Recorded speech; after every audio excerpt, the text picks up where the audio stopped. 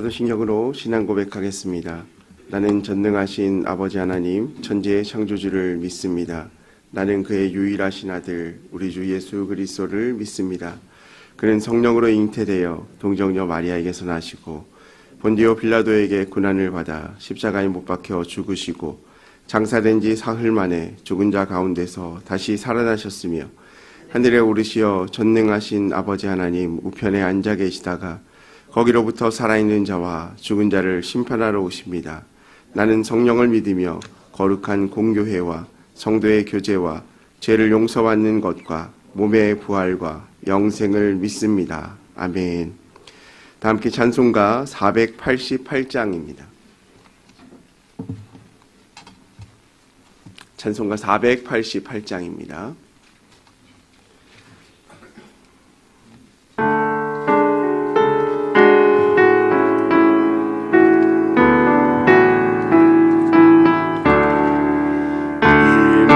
소망 무건가 우리 주 예수뿐일세. 우리 주 예수 밖에는 이들이 아주 없도다. 주 나의 반석이시니 그 위에 내가 서리라. 그 위에 내가 서리라. 무섭게 바람 부는 밤 물결이 높이 설렐 때 우리 주 크신 은혜에 소망에 낯을 주리라. 주 나의 반석이시니 그 위에 내가 서리라. 그 위에 내가 서리라.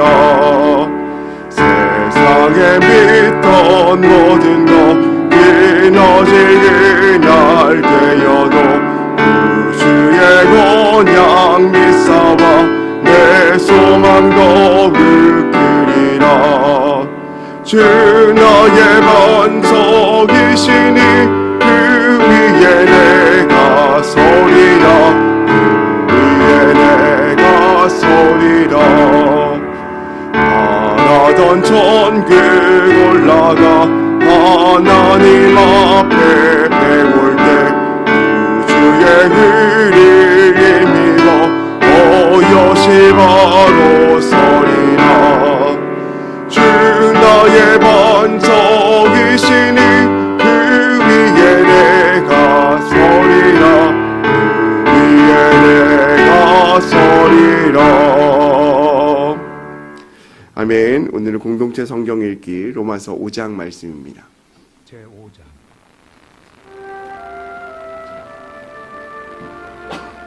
그러므로 우리가 믿음으로 의롭다 하심을 받았으니 우리 주 예수 그리스도로 말미암아 하나님과 화평을 누리자.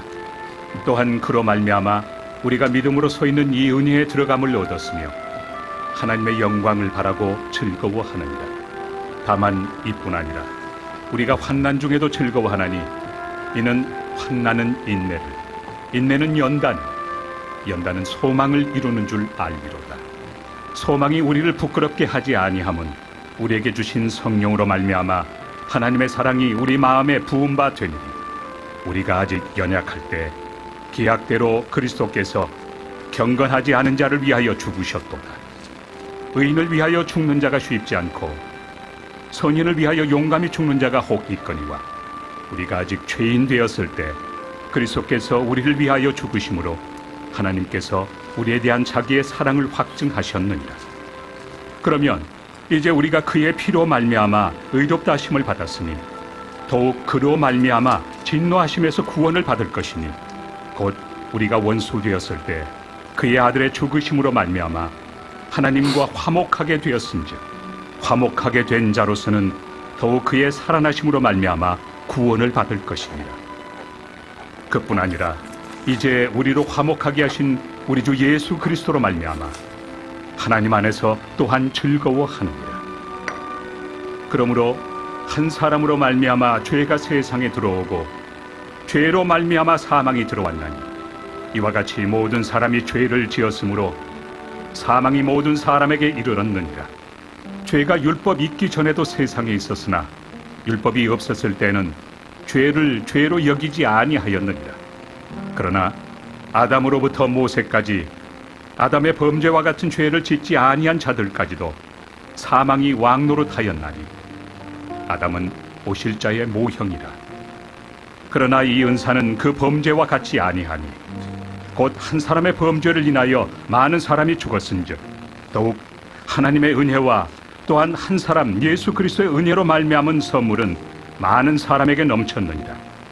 또 이 선물은 범죄한 한 사람으로 말미암은 것과 같지 아니하니 심판은 한 사람으로 말미암아 정죄에 이르렀으나 은사는 많은 범죄로 말미암아 의롭다 하심의 이름이니라.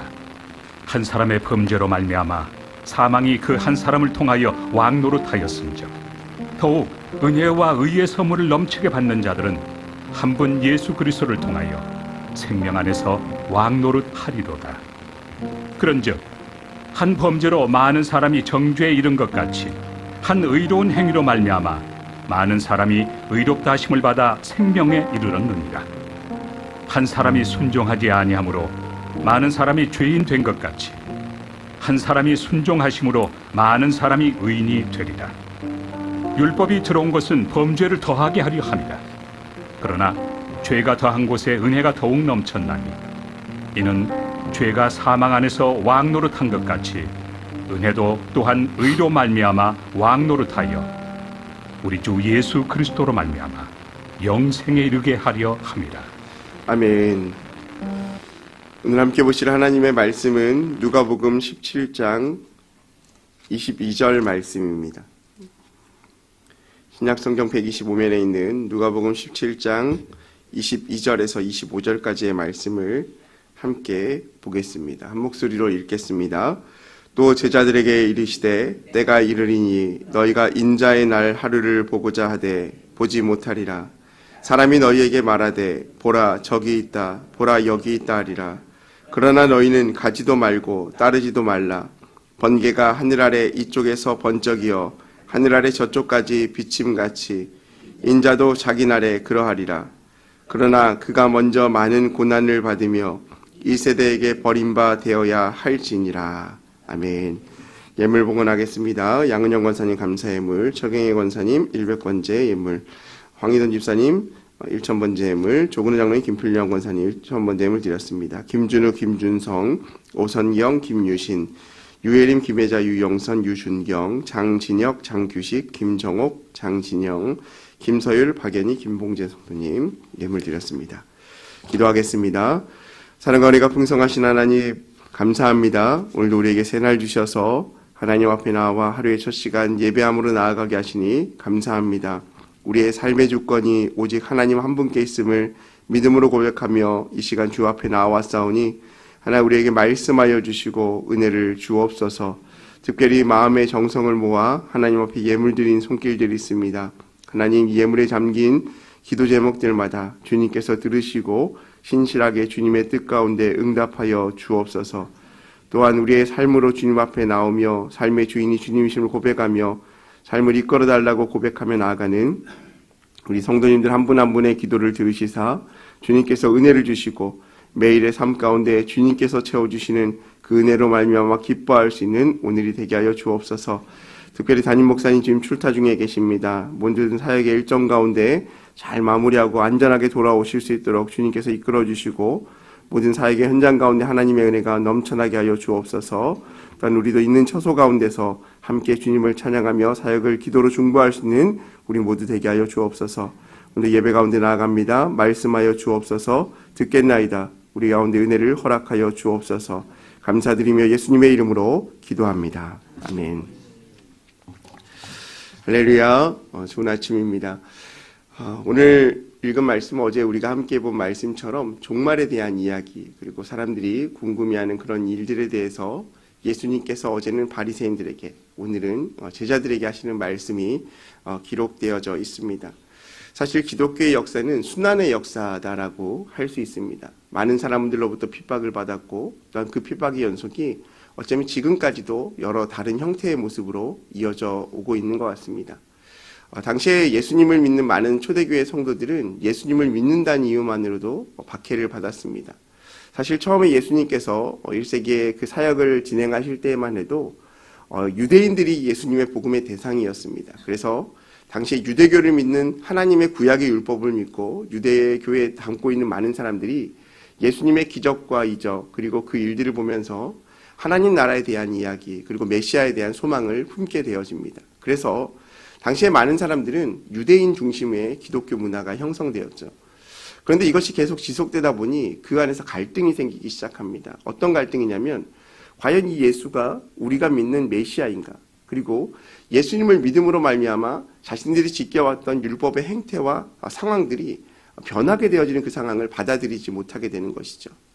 그래서 그리고 또한 이 율법에 대한 이야기, 복음에 대한 이야기가 유대인들 자신의 그룹 한정에서 있었던 이야기가 아니라 사도 바울이나 베드로를 통하여서 많은 선지자들을 통하여서 예수님의 제자들을 통하여서 이방 민족에게도 이 복음이 전해지게 됩니다. 그러니까 유대교의 배경 안에서 이루어졌던 예수님의 그 복음이 이제 점차 이방인들에게도 복음이 확장되기 시작하고 이제 정치적으로 문화적으로 이 갈등이 이루어지게 되는 거예요.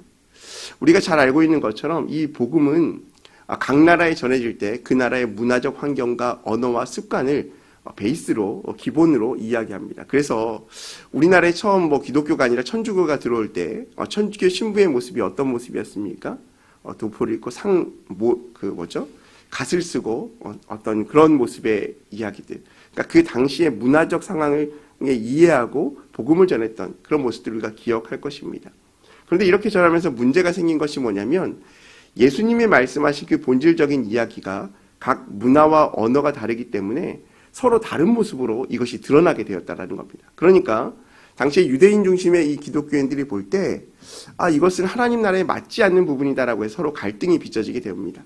그래서 AD 70년에 얌리아 회의가 공의회가 펼쳐지면서 그 당시 이제 구약 성경이 제정되게 됩니다. 그 이유는 우리가 믿고 있는 율법의 기준, 그러니까 하나님의 말씀을 재정립할 필요가 있다라는 거예요. 그래서 구약 성경이 정해지게 되어집니다. 그러면서 또 한 가지 정해진 것은 예수님을 믿는 기독교인을 이단으로 결정하게 되어집니다. 왜냐하면 우리가 알고 있는 유대주의적 베이스의 그 하나님 나라의 개념과 예수님께서 말씀하신 그 개념이 달라지기 때문에 지금으로 말하면 이단으로 이 기독교인을 치부하게 되는 거죠. 그래서 이 유대교 중심의 이 기독교가 두 부류로 나눠지게 됩니다. 유대교와 기독교로 이제 나눠지게 되는 것이 AD 70년형입니다. 그런데 그러면서부터 이 기독교인들은 수많은 핍박을 받아요. 사람들이 질타를 받고요. 그리고 당시에 로마 식민지였기 때문에 로마로부터도 이 기독교인들이 인정을 받지 못하게 되어집니다. 우리가 잘 알고 있는 네로 왕제가 로마 시내에 불이 났을 때 누구에게 그 책임을 돌립니까? 기독교인에게 돌려요. 당시 행정구역이 14개 정도 있었다고 하는데요. 그 당시에 이제 네로 왕제가 그 지역이 없었대요. 근데 다 불타고 나서 보니까 불이 안 타고 남아있는 지역이 있었는데 그 지역이 기독교인이 살고 있는 지역과 유대교인이 살고 있는 지역이었대요. 그러니까 이 네로 왕제가 자신의 어떤 정치적인 것들을 확립하기 위해서 누구에게 핑계를 대냐면 기독교인들에게 이 책임을 묻는 거죠. 그래서 박해가 시작돼요. 그러니까 우리가 예수님을 믿는다는 것, 기독교인이 된다는 것은 어쩌면 과거로부터 순환의 연속이었어요. 유대인들로부터의 배척, 그리고 각 나라 정치 지도자들로부터의 배척, 그리고 상황 환경 가운데서 이 하나님 나라라는 이 말씀, 천국에 대한 소망 때문에 당시와는 많은 배척되는 그런 관계들을 갖게 된 거죠. 근데 AD 313년에 로마의 황제가 이 콘스탄티누스 황제가 이 기독교를 국교로 지정하게 되어집니다. 왜냐하면 꿈을 꾸었는데 예수님을 만난 거예요. 그래서 전쟁 가운데 이 예수님을 만나서 그 예수님의 그 만난 걸로 인해서 전쟁에 승리하게 됩니다. 그리고 그의 어머니가 기독교 신자였어요. 그래서 예수님 때문에 내가 전쟁에 승리했다라고 해서 그 다음에 이제 기독교가 국교로 지정되는 거죠. 자, 그러면 어떤 일이 벌어질까요? 지금까지 수많은 기간 동안 핍박받았던 기독교가 이제 국가에 공인된 종교가 된 거예요. 그러면 사람들이 어떤 마음을 갖게 될까요? 다행이다. 해방되었다. 그 전까지는 많은 순교자의 피, 선교사들의 어떤 순교자의 피들이 흘렸다면 이제는 313년 이후에는 이 로마의 보호 아래 우리가 건강한 어떤 종교적인 행위로 할 수 있는 틀이 마련되어진 거예요. 왜 이런 역사적인 배경을 얘기하느냐 생각해보면 우리가 기독교를 믿는다는 것, 예수님을 믿는다는 것의 의미를 우리가 어떤 하나님 나라의 소망, 그리고 천국에 대한 기대를 가지고 있어요. 당시에 예수님이 오시기 전에도 많은 유대인들이 예수님이 오시면 이 땅에 메시아가 오시면 어떤 것을 바랬죠? 로마로부터의 압제 해방, 정치적인 해방을 바랬어요. 그래서 어제 말씀에 보면 바리새인들이 하나님 나라가 20절 말씀에 어느 때에 임하냐 묻거든. 그러니까 하나님 나라는 너희가 볼 수 있게 임하는 것이 아니다라는 거예요. 그러니까 너희가 생각하는 대로 하나님 나라가 임하는 것이 아니라 하나님 나라는 분명히 임하긴 할 건데 너희의 생각대로 너희의 바람대로 임하지는 것이 아니다라고 말하면서 하나님 나라 어디 있다고 말씀하셨어요? 우리 마음 안에 있다는 거예요. 그러니까 하나님 나라의 개념을 바리새인들은 현상적인 상황적인 개념으로 보았다면 예수님은 그 개념을 신앙적인 영적인 개념으로 보았어요. 그런데 오늘 또 22절 말씀, 오늘 본문 말씀인데요. 22절 말씀을 보니까 뭐라고 말합니까? 한번 읽어볼까요? 또 제자들에게 이르시되 때가 이르리니 너희가 인자의 날 하루를 보고자 하되 보지 못하리라. 자, 20절 말씀에는 누구에게 말했습니까? 바리새인들에게. 오늘 22절 말씀에는 누구에게 말했습니까? 제자들에게. 근데 동일하게 그 날을 볼 수 없다라고 바리새인들에게도 말하고 제자들에게도 말합니다. 그 말은 어떤 의미를 담고 있을까요? 바리새인도 제자들도 예수님께서 이 땅 가운데 임하실 하나님 나라, 다시 말하면 종말의 때, 재림의 때, 아직은 경험하지 못했지만 온전히 이루실 그 하나님 나라를 온전히 이해하고 있을까요? 없을까요? 이해할 수 없다라는 거예요. 여러분, 예수님께서 오늘 22절 말씀에 제자들에게 이렇게 얘기한 이유는 제자들 또한 바리새인들처럼 하나님의 나라를 잘못 이해하기 때문에 그렇습니다. 그래서 그날을 보고자 하되 보지 못하리라 라고 이야기합니다. 그러니까 사람들의 관심은 어디 있습니까? 인자의 날, 하나님의 나라에 관심이 있어요. 그러니까 어제 말씀에서 이성호 목사님이 그런 얘기를 했는데 많은 사람들이 시한부 종말론을 기대해요. 무슨 말입니까? 언제 올지 모르기 때문에 그날을 정해달라는 거예요. 몇 월 며칠 몇 시에 온다고 하면 얼마나 좋겠어요. 그러면 우리가 그것을 믿기만 하면 되고 하면 되지 않습니까? 정말 우리가 성경을 읽으면서 은혜되는 말씀은 무엇입니까? 오늘 우리가 로마서 5장 말씀 공동체 성경을 읽었는데요. 그 안에서 계속적으로 반복되는 말씀이 무엇입니까? 그리스도의 의로 말미암아 그리스도로 말미암아 우리가 구원받고 그리스도로 말미암아 우리가 의의 자녀가 되었다는 거예요. 계속적으로 반복돼요. 그리스도로 말미암아 죄인 되었던 우리가 하나님의 자녀가 되어지고 그리스도로 말미암아 죽을 수밖에 없는 우리가 천국의 소망을 갖게 되어지는 거예요. 그러니까 예수님으로 말미암아 이 일들이 가능하게 되어지는 것인데 당시에 많은 사람들이 이것을 기대하지 못했다라는 거죠. 만약 우리의 삶도 마찬가지입니다. 우리가 시한부 종말론이나 정해진 날짜를 기대하는 이유가 무엇입니까? 마음이 편해서 그래요. 다른 이유가 없어요. 만약에 몇 월 며칠 몇 시에 그런 일이 일어난다면 우리는 어떻게 합니까? 그 시간 전에 회개하면 돼요. 그 시간 전에 예수님 믿으면 돼요.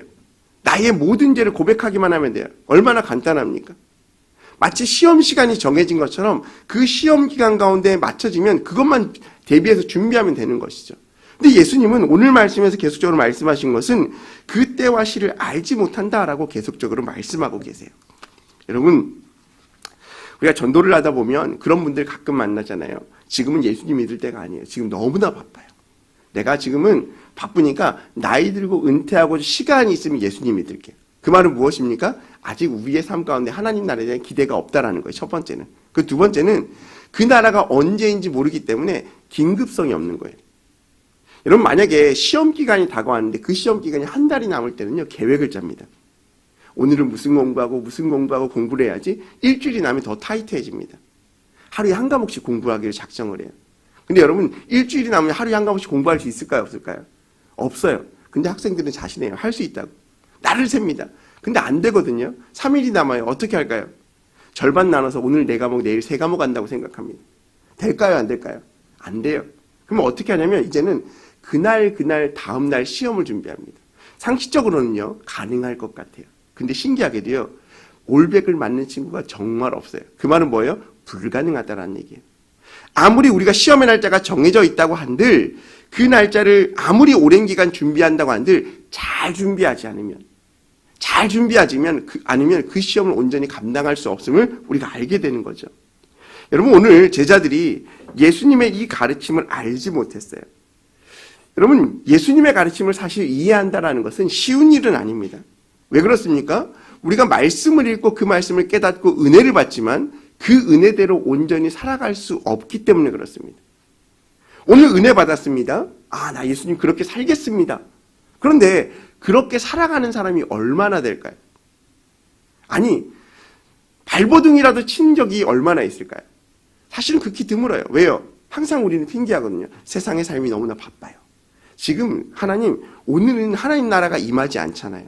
시급하지 않아요. 우리에게 긴급하지 않아요. 그러니까 오늘의 삶 가운데 중요한 건 하나님의 뜻을 행하고 그 뜻에 순종하는 것보다 오늘의 나의 삶을 이끌어가기 위한 그 삶에 최선을 다하는 것이 더 중요하다고 생각하는 거죠. 여러분, 우리는 그래서 어떻게 하나님 나라를 접근하냐면 죽어야만 만날 수 있는 나라가 하나님 나라고 얘기해요. 물론 하나님 나라에 두 종류가 있죠. 우리가 죽어서 만나는 하나님 나라, 천국이 있어요. 그리고 또 하나는 인자가 임하는 나라, 예수 그리스도가 있는 그것, 우리 마음 가운데 하나님 나라가 이미 있어요. 그래서 이 하나님 나라를 장소적 개념으로 볼 수도 있고 현상적 개념으로 볼 수도 있지만 중요한 건 이 하나님 나라는 이미 지속되어져 가고 있다는 거예요. 왜 그렇습니까? 예수님께서 이 땅 가운데 이미 오셨기 때문에 그렇습니다. 여러분, 오늘 예수님께서 제자들에게 이어서 말씀하신 것이 뭐냐면 25절 말씀에 이렇게 얘기합니다. 그러나 그가 먼저 많은 고난을 받으며 이 세대에 버림바 되어야 할지니라 라고 말합니다. 인자의 날이 임하기 전, 하나님 나라에 임하기 전에 많은 과정이 있는데 그 가운데 예수님의 고난이 있음을 말씀하고 있습니다. 여러분, 우리가 하나님 나라를 소망해야 합니다. 그리고 언제 임할지 모를 그 종말의 때를 준비해야 합니다. 그러면 우리가 어떻게 살아가야 할까요? 이미 답은 나와 있습니다. 준비된 삶을 살아야죠. 그렇다고 해서 시한부 종말론자처럼 우리의 모든 삶을 팽개치고 우리의 모든 삶을 내버려두고 오직 하나님 나의 삶의 것은 중요하지 않고 그날만 바라보는 것은 옳지 않은 일이죠. 중요한 건 무엇입니까? 오늘 하루의 삶 가운데 우리가 종말론적 신앙관을 가지고 살아가는 것이 중요하다는 겁니다. 오늘이라도 예수님께서는 오실 수 있다. 오늘이라도 하나님께서 나를 부르신다면 나의 삶 가운데 그 부름을 받을 때 내가 천국에 이르러 예수님과 함께 그 천국에 거할 자신 있는 삶을 살아갈 수 있어야 할 것입니다. 사랑하는 성도 여러분, 준비되지 않으면 그것을 잘 할 수 없습니다. 저는 사실 설교가 있으면요 되게 저녁에 잠을 못 자요. 이렇게 말하면 저희 아내가 웃을 거예요. 코 골고 잘 자면서 왜 못 자냐고. 사실 어젯밤에도 제가 코 골아서 나가더라고요, 거실로. 근데 그런 의미가 아니라 설교가 있으면요 꿈에서 계속 생각이 나요. 내일 어떤 설교였는데 어떤 예화를 할까, 도입부는 어떻게 할까, 이미 적어놨음에도 불구하고 이걸 어떻게 하면 조금 더 바꿀 수 있을까, 이걸 계속 고민해요. 심지어는 아침에 일어나서 세수하고 면도하면서까지 생각해요.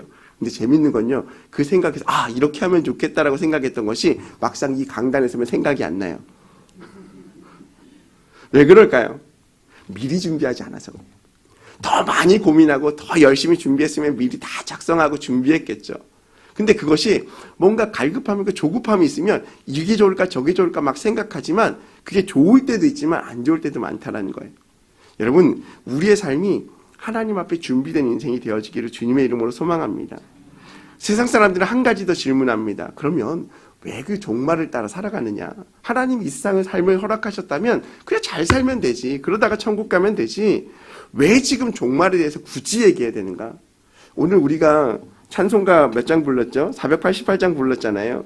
이 몸의 소망 무언가 찬양은 사실은 평상시에 잘 안 부릅니다. 제가 신방 가서 만약에 이 찬양을 불렀습니다. 여러분 가정에서. 여러분 기분이 어떨까요? 기분 나쁘게 장례식 찬양을 불러?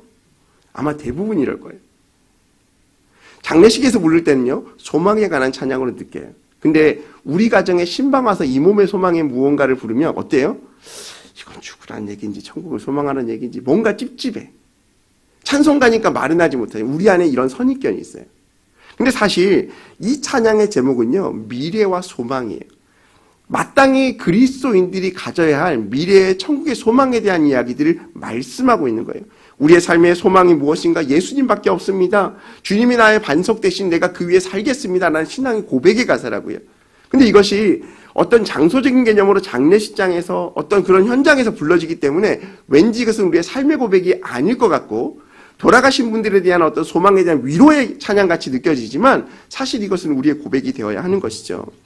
여러분, 분명한 것은 왜 이렇게 말씀할까요? 왜 그럼에도 불구하고 우리가 세상을 살아가면서 종말에 대해서 알아야 할까요?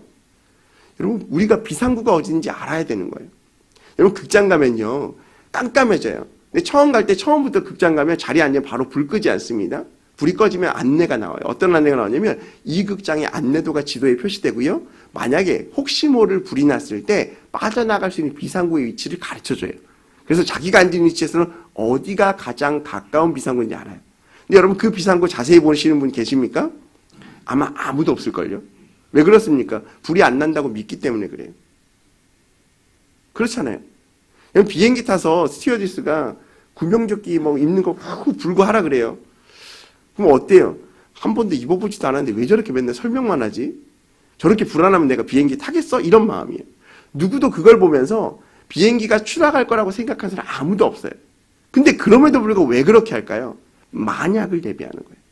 그때는 언젠가 올 수도 있다라는 거예요. 만약 그 시간이 우리에게 온다면, 화재 현장이 오고 안전의 위협의 순간이 우리에게 온다면 어떻게 할까요? 방금 지나쳤던 그 장면이 우리의 생명을 살리는 길이 되는 거예요. 여러분, 복음도 마찬가지입니다.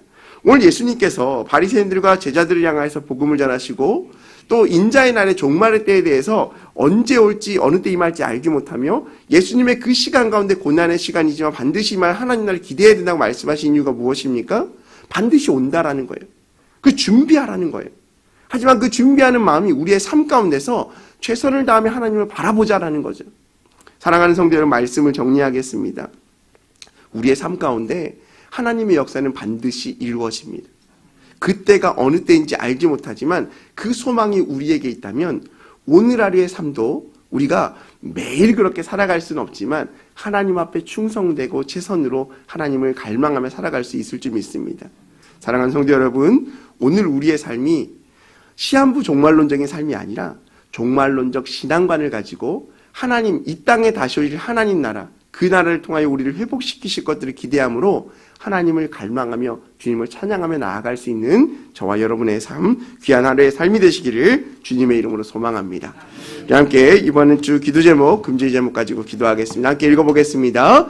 하나님께 쓰임받는 삶이 되게 하소서. 담임 목사님, 태국 선교사에게 안전과 은혜를 부으소서. 셀의 부흥을 주소서. 이제 또 연말입니다. 우리의 신앙을 정리하고 또한 새로운 한 해를 기대하는 마음으로 또 하나님께서 우리의 삶의 기도 제목을 위해서 또 우리 함께 기도하시고 또 기도 제목 가지고 함께 주의 삼창하시고 기도하겠습니다.